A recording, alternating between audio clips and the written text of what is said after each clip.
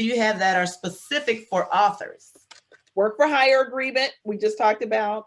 Copyright license agreement. This comes up a lot of times. There may be someone who wants to use some of your work or use a piece of your work or put it in something. Giving them a license. You want to be able to fire that off right away. Or obtain it. It works both ways, right? Because you may want to license someone else's something as well. So copyright license agreement, the work for hire agreement, the releases, when, especially when we're telling our life story, having those people, you know, I had a client recently doing a devotional, a very wonderful, successful book. And when she and I were talking, and she was telling me that in each chapter before the scripture, she's telling a little bit of a story. And I was like, wait a minute now.